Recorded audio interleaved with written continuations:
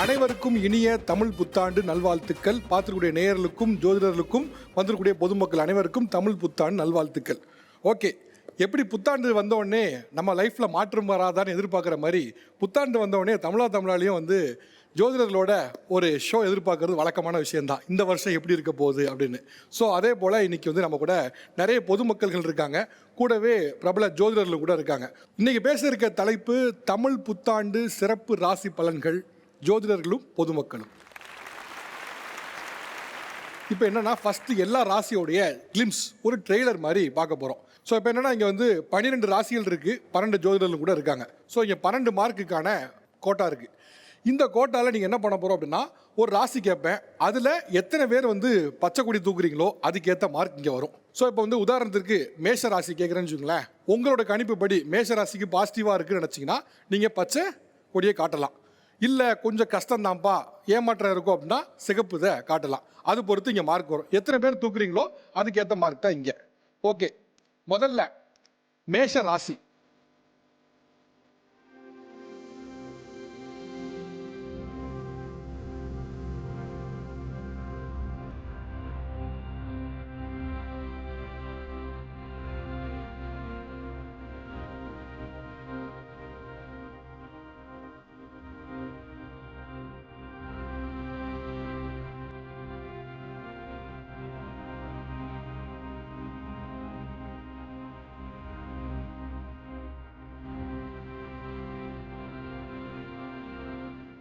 Okay, இருக்கிறதுலையே நல்லா perform பண்ண ராசின்னு பார்த்தா மகரம் தான். 12க்கு 12 ஃபஸ்ட்டு பெஸ்ட்டை விட்டுருவோம், லீஸ்ட் ஆரம்பிப்போம்.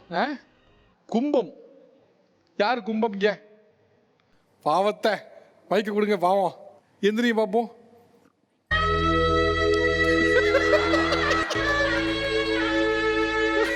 எந்திரிக்க சொன்னது மட்டும் தான் என் வேலை, பிஜிஎம் என் வேலை கிடையாது, தப்பா எடுத்துக்காத. லைஃபும் அப்படி தான் சார் இருக்கு. ஒரே ஒரு மார்க்கு என்ன கேட்கணும்? ஆக்சுவலாக அந்த மார்க் பார்த்தோன்னே இது ஆறுதல் மார்க் தான். நானே சொல்கிறேன், ஆறுதல் மார்க் தான். அது என்னன்னா தனுஷ் பாட்டு மாதிரி தான் சார். எப்படின்னா லைஃப் ஃபுல்லாகவே சேலஞ்சஸாகவே தான் இருக்குது. அந்த ஓட பாட்டு வரும்ல சார், ஓட ஓட ஓட தூரம் குறையல, உருவம் குறைய மாட்டேங்குது, பாட்டும் முடிய மாட்டேங்குது, ஆனால் ஓடிட்டே தான் சார் இருக்கும். அப்படியே தான் இருக்குது. எங்கள் அம்மா சொல்லுவாங்க, ஆணி போய் ஆடி வந்தால் நீ நல்லா ஆயிரோடா, 2 வருஷமாக சொல்லிட்டு இருக்காங்க. நானும் சரி ஓகே அப்படியே தான் போயிட்டுருக்கு. ஆனால் இதை பார்த்தா இப்போ ஓடிட்டு தான் இருப்ப போல தெரியுது. ஆமாம் சார், ஓடிட்டே தான் இருக்கும். ஆனால் சேலஞ்சஸ் நிறைய இருக்குது, அக்செப்ட் பண்ணிக்கிறேன். ஏதோ போகுது சார். சரி, ஓகே.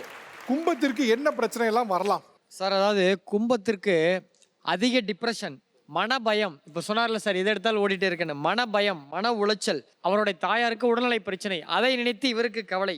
இவருக்கு நண்பர்கள் யாரெல்லாம் நல்லது பண்ணாங்களோ அவங்களுக்கெல்லாம் வேற வேலை கிடைச்சி இவங்க விட்டு போயிட்டாங்க, இப்போ ஒரு தனிமையில் இருக்கார். இதெல்லாம் அவருக்கு பிரச்சனை. இந்த பிரச்சனையில் இந்த ஓராண்டுகளுக்கு பிறகு குரு பகவான் சிம்மத்துக்கு வந்த பிறகு படிப்படியாக குறையும். ஸோ இந்த ஓராண்டுகளுக்கு இவருக்கு தொழில் பொருளாதாரம் பற்றின கவலை சிந்தனை இருந்துக்கிட்டே இருக்கும். அதாவது சார், இவங்களுக்கு என்ன பிரச்சனைன்னு ஆக்சுவலாக அவங்க ஒரு பெரிய டேலண்ட்டுன்னு நினச்சி எல்லா வேலையும் செய்கிறாங்க, அதுக்குரிய சன்மானம் கிடைக்கல அப்படிங்கிறதா மெயினான முக்கியமான ஒரு விஷயம். அதனால் ஏற்படுற வாக்குவாதத்தினால இவங்க எல்லா இடத்துலையுமே டீக்ரேட் ஆகிட்டு போகிறாங்க. ஸோ உங்களுக்கு அந்த ஒரு விஷயத்தினால வருமானம் அப்படிங்கிறது பெரிய அளவு பாதிப்படைஞ்சிருக்கு கடந்த 1.5 வருஷமாக. அது போக ஒரு சில செலவுகளை உங்களால் தவிர்க்க முடியலை அப்படிங்கிறதுனால கடன் பிரச்சனை இதெல்லாம் இருக்குது. இதெல்லாம் இருந்து சால்வ் ஆகிறதுக்கு உங்களுக்கு எப்போ குருவானவர் அதிசாரம் வாங்கி சிம்மத்துக்கு வராரோ அப்போ தான் ஓரளவு பிரச்சனை சால்வ் ஆகும். சரி, ஏதாவது 2 பாசிட்டிவ் போகிற போக்கு ஏதாவது சொல்லுங்கள் பார்ப்போம். இல்லை, பாசிட்டிவ்ங்கிறத பொறுத்தளவு இடமாற்றம், இடப்பெயர்ச்சி இருக்கும். அக்டோபருக்கு அப்புறம் தான் அதில் அவங்களால சஸ்டெயின் ஆக முடியும். இந்த இடமாற்றத்தில் அவங்களுக்கு ஒரு நல்ல விஷயம் கிடைக்கணும் அப்படின்னா அது அக்டோபருக்கு அப்புறம் தான் கிடைக்கும். ஒரு 6-7 மாதம் பொறுத்திருந்தா நல்ல மாற்றங்கள் வர்றதுக்கான வாய்ப்புகள் இருக்குது. இல்லை சார், மேடம் சொன்ன மாதிரி எனக்கு அக்டோபரில் தான் அப்ரைசல். ஸோ சொன்ன மாதிரி நல்லதாக நடந்தால் சந்தோஷம் தான். ஓகே, அடுத்ததாக போகலாம். என்ன, விருச்சகம் போகலாம். 10 மார்க் வாங்கிய விருச்சகம் யார் சொல்ல முடியும்? விருச்சகத்துக்கு இந்த வருஷம் செவ்வாய் நிறைய நல்லது செய்வார். இந்த வருடத்தின் ராஜா அப்படிங்கிறது செவ்வாய் தான். பொருளாதாரத்தில் நிறைய மாற்றங்கள் இந்த வருஷம் இருக்கும். விருச்சகத்துக்கு இடம் வாங்குறதுக்கான வாய்ப்பு உண்டு. இடம் வாங்கி வைத்திருப்பவர்கள் வீடு கட்டுவதற்கான வாய்ப்பு உண்டு. ஒரு சின்ன இடமாவது அல்லது தங்கமோ வெள்ளியோ ஆபரணங்கள் சேகரிக்கிறதுக்கு இந்த அடுத்த 1 வருஷம் உங்களுக்கு நிறைய வாய்ப்புகள் இருக்குது. இதை பயன்படுத்தி உங்களால் சேமிக்க முடியுமோ அதை சேமித்து வைக்கிறதுக்கான ஒரு வருஷம் இந்த வரக்கூடிய வருஷம். நெகட்டிவ் என்ன, எதில் ஜாக்கிரதையாக இருக்கணும்? விருச்சகத்தை பொறுத்த வரைக்கும் எப்போவுமே கொஞ்சம் யோசித்து பேசுகிறது அப்படிங்கிறது ரொம்ப நல்ல விஷயம். கோபம் தலைக்கு ஏறும்போது கணவர் எதுக்கால எல்லாம் பார்த்துங்க. கோவப்படாதீங்க. கோவப்படும் போது நிறைய உடல்நல பாதிப்புகளை எதிர்கொள்கிறீங்க.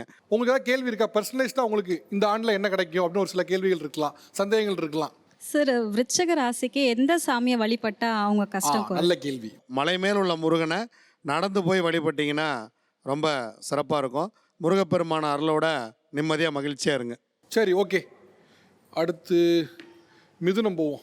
9 மார்க் வாங்கியிருக்கு. யார் சொல்ல முடியும்? பாஸ் மார்க் தான். ஸோ மிதுன ராசி கடந்த ஆண்டு வரைக்கும் நிறைய தனிமைப்பட்டு நிறைய அவமானங்கள். ஏன்னா ராசியில் குரு இருக்கிறனால ஓஹோன்னு எல்லாம் சொல்லிட்டாங்க. ஆனால் அவங்களுக்கு கூப்பிட்டு கேட்டிங்கன்னா தனியாக ரூமில் போய் கதறி அழுதவங்க தான் ஜாஸ்தி.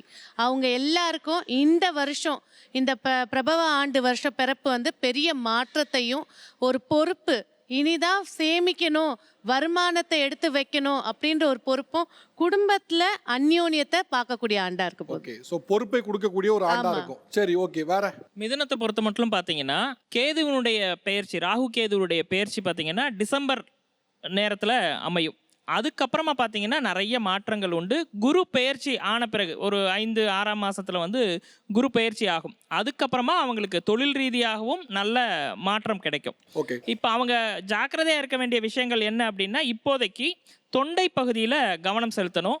தகவல் தொடர்பு சார்ந்த விஷயங்களில் டாக்குமெண்டேஷன் எழுதுகிற விஷயங்கள் அவங்ககிட்ட இருக்குன்னா அதில் கவனமாக அதை என்னன்னு பார்த்துட்டு கொடுக்கணும். ஓகே. மிதுன ராசி நேயர்களே, உங்களுக்கு ஏதாவது குறிப்பிட்ட கேள்விகள் ஏதாவது இருக்கா? சார், இப்போ வீடு கட்டணும்னு நினைக்கிறோம். அது வந்து தடையாயிட்டே இருக்கு. அது கட்டுறதுக்கான வாய்ப்பு இருக்கா அப்படின்னு? இந்த ஆண்டு வீடு கட்டுறதுக்கான சாத்தியக்கூறுகள் இருக்கிறதா? நிலம் வாங்கி வீடு கட்டக்கூடாதுங்க. கட்டின வீடை இந்த வருஷம் வாங்கலாம். அது உங்களுக்கு ரொம்ப சிறப்பாக இருக்குது. ஒரு ப்ளஸ் பாயிண்ட். நகையெல்லாம் அடகு வச்சுருக்கீங்க இல்லையா, அந்த நகையெல்லாம் திருப்பக்கூடிய வருடமாக இந்த வருஷம் இருக்குது. நீங்களாம் சொல்றீங்க? அதம்மா ஆமாங்க, வச்சுருக்கேங்க. இல்லைங்க, எங்களுக்கே தெரியும்ல.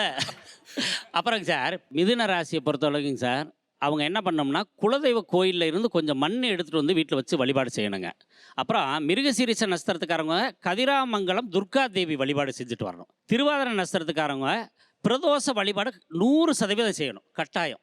அதே மாதிரி சிவன் வந்து இந்த சூரிய ஒளி வந்து எந்த கோயிலில் என்ன நாளில் விழுகுதோ அந்த நாள் அன்னைக்கு திருவாதிரை போய் அந்த சிவன் கோயிலை வழிபாடு செஞ்சுட்டு வரணும். அது ரொம்ப சிறப்பாக இருக்கும். புனர்பூச நட்சத்திரத்துக்காரவங்க நிறைய பேர் பார்த்தீங்கன்னா இப்போ இந்த ஒரு வருஷம் லாஸ்ட் வருஷம் பார்த்தீங்கன்னா கணவன் மனைவி ரொம்ப சண்டை சச்சரவையில் பிரிஞ்சிருப்பாங்க.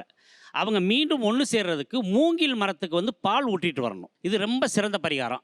மூங்கில் மரம் கிடைக்கல அப்படின்னா அரச மரத்துக்கு பால் சோறு படைச்சிட்டு வந்தாங்கன்னா கணவன் மனைவி ஒன்று சேருவாங்க. திருமணம் ஆகாமல் தடை ஏற்பட்டவங்களுக்கு இந்த பரிகாரம் கரெக்டாக வெற்றியை தரும். இப்போ ஐயா என்னம்மா சொன்னார், அதை மட்டும் சொல்லுங்களேன். ஹஸ்பண்ட் ஒய்ஃப்குள்ள சண்டை நடந்துச்சுன்னா அந்த மூங்கில் மரத்தில் இது கட்டும்போது அது மூங்கில் மரத்தை எதை சரியா- கட்டணும்? அந்த அம்மா உடம்பு மட்டும் தான் இங்கே இருக்குது, மைண்டு பூரா எங்கேயோ இருக்குது.